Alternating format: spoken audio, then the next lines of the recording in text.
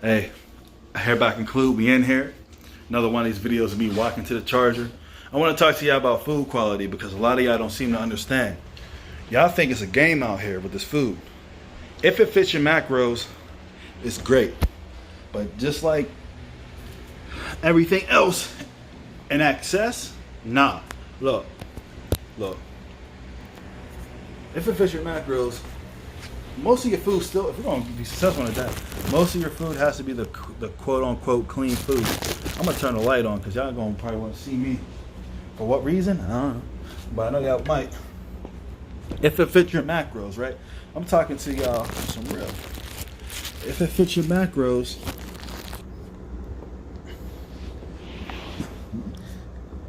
it's good.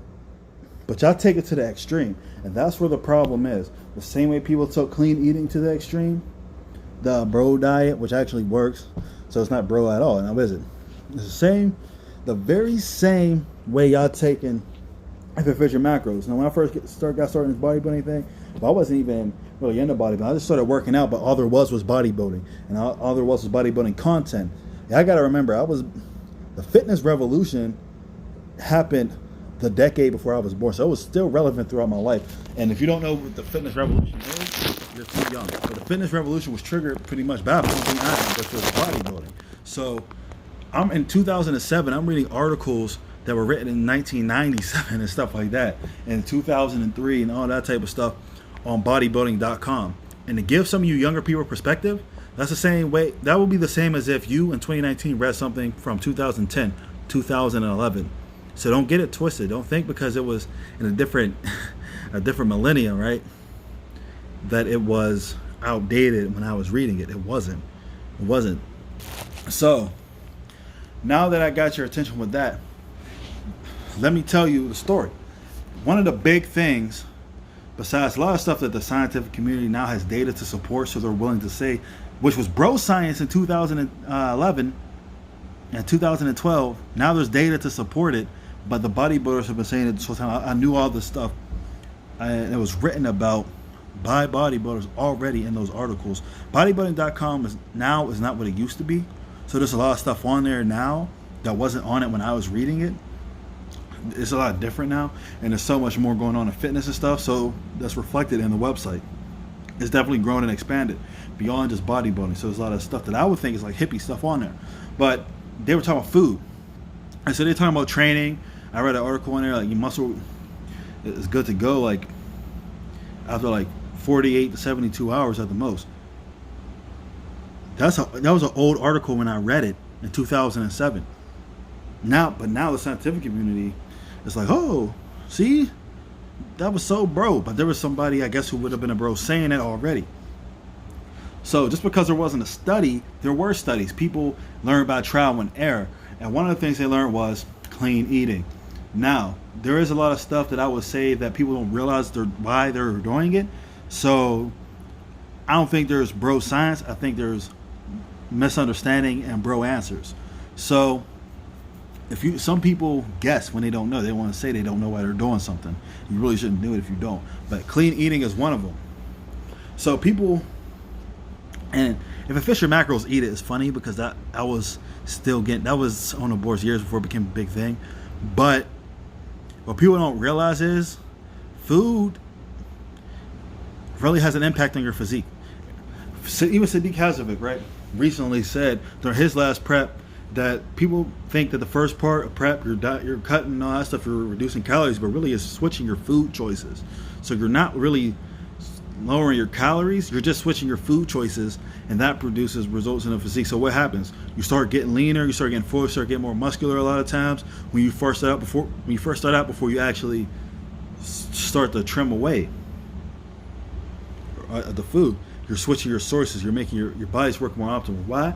Because a lot of the excess chemicals, which is where clean eating comes from, look, a lot of excess chemicals are not in the food. Your body's not trying to break that extra stuff down that you guys mistakenly think has no effect on the body, and your body is getting nutrients that it needs. Newsflash: a lot of these foods have chemicals in them that are not natural. They're not natural, or they're not like, or they're not in their natural state. So big one is high fructose corn syrup. So you say, oh well, there's like fructose and all that in there, but the forms they exist in high fructose corn syrup are different than how you would find them in nature, right? If you take something from being bound and then make it free form, it acts differently in the body. Here. That's to remind you, clean eating is important. Look, all I'm saying is, and y'all understand this because this is bodybuilding. Y'all, if there's anything bodybuilders are going to know about, it's going to be anabolic steroids. If y'all don't believe me, a chemical doesn't interact the same if you switch one thing with it. It's like a protein. Proteins, to exert their action on, or their effects or whatever, they fold a certain way to interact with the like the receptor or whatever that they're acting on, right? So if a protein bends and loses its function, The function of the protein is highly dependent on the way that it folds. And if you don't get that, then then you need not try to be an armchair scientist and really diss me, because that means you don't even know nothing. Because a lot of y'all like to pretend. But anyways, it's the same way, even Boldenon. Weak steroid that you got to take for a while. Slow, steady gains though. Methyl 1 testosterone. Toxic as heck. Works pretty fast, pretty good, pretty strong. What's the difference? Methylated group added onto it. Only difference, right? Same thing. It's like Test and Deca, right? You get rid of the carbon at the 19th position. Now it acts differently. Come on. I need you guys to realize that this is not really a game. You think that it's a coincidence that Evan Senapani, if it fits your macros, said his physique was not as good as it was during a stereotypical clean eating. Matt Ogus, first prep, he did if it fits your macros right. He had mostly clean foods and incorporated some stuff in there. Second time, he went all crazy with it. His physique was not as good. Now, the last show he did, he got lean. He just got lean too soon. That has nothing to do with that. But what I'm saying is, food quality is important. So when you're eating, when you're trying to optimize your gains, okay, you can fit stuff in. You don't have to just eat chicken, rice. I just so happen to like that stuff.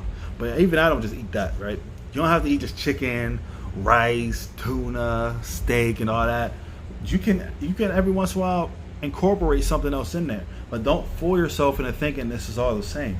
People think a carb is a carb, but a carb might be a carb, but the other things that are in that carb source might not agree with you, or they might not be beneficial, because one carb source might have the micronutrients that you need that another one may not. You guys got to think about all this stuff together. One may have more chemicals in it than another one. More artificial chemicals that your body struggles to break down, that your body has to be busy trying to get rid of and eliminate, instead of helping you build muscle that the other carb source doesn't have. That's why it's been said in bodybuilding for years that what you eat will show up in your physique and makes a difference. Even if you're the same weight, same amount of leanness, your diet will affect how you look. Now, people are going too far with it. You're going from one extreme to the next, and that's not good. That's not good. Now, people will say, well, argue me to death. I don't care. Because when it's all said and done, the people in the industry who know exactly what I'm talking about, they know I'm right. The people in the industry who've been around, the people who've been training for years and have the experience, know I'm right. So I don't care about little Jimmy Struthers from up the block who read a couple of articles and watched a few YouTube channels. But come on, I bet you Eric Helms will say I'm right. He will probably watch this and know exactly what I'm talking about. But because I'm not saying be a slave to clean eating. I'm saying recognize that there's more to it than just macronutrients. Now, if we're talking about just getting lean in general, okay, so Joe Blow walking down the street might not really care too much about how impressive he looks. If you're a competitor, of course, you're going to care a lot more about that. But you also need to think about your longevity and your health. Look how many people are getting cancers and stuff from Roundup. And that crap is on everything. It's like Frank's red hot sauce at that old lady's house. She literally puts it on everything. They put chemicals in and on everything, and people think that it's safe just because the government comes out. Like, the government put out an ad saying that high fructose corn syrup was perfectly safe and was just as good as regular cane sugar and nutrient wise and all that. That is demonstrably false. That's not true. That's the United States government literally lying to us because they subsidize it. I remember all those government ads. So like they lied to us pretty much. For what reason, I don't know, but it's demonstrably false. There's actually a difference between corn syrup and high fructose corn syrup. High fructose corn syrup is something completely different. And even though it has the same basic elements, they exist in a different form. And when you alter a chemical in any way, it acts differently. There are many things that we know by trademark names that actually come from the same chemicals. Look how many all the steroids we have. There's testosterone, oxymetholone, methanolone, methanadione. I don't even know all these brand names off the top of the head, right? Well, not brand names, but actually chemical names, right? Masteron, which Drosolone or whatever. There's all those different ones, but y'all know Dianabol, Anavar, Anadrol, Trenbolone, Decadurabolin. Well, not Durable, that's just Dec is the nandrolones. So all that different stuff, and they all come from, well, those come from like progesterones, but pretty much all steroids they'll come from the parent hormone, testosterone. What do? They make different alterations along that testosterone backbone, right? And it makes different steroids that act differently. Chemical. So y'all think that just because this chemical exists in this form in this one place, it's the same. It's not. When you start altering stuff, that changes it. And the reason why I'm being big on this is because that directly impacts the food as far as what's in the food, because you guys are not using if it fits your macros right. Point blank. You're eating loads of refined foods, Pop-Tarts. I can't even eat Pop-Tarts for real because they're so refined. I have an issue with how they refine sugar and carbohydrates, so I can't eat them. But that's what I'm trying to tell you guys. This is all important. So if you're really chasing physique goals, then you need to be mindful of this. If you're chasing health, you need to be mindful of this. It doesn't hurt to add it in. I'm not saying that you have to avoid it like the plague, but I'm saying don't go buck wild thinking that it's not doing anything, and realize that if you're having an issue and the more serious you get, especially if you're thinking about competing, you're going to have to be on this. That's it. I know I waxed long on this, but I just wanted to let you guys know that if it fits your macros, to an extent, it's cool, but there's other stuff to consider. It's not just about what you look like. It's about living a long, healthy life. Till then, how you gonna act?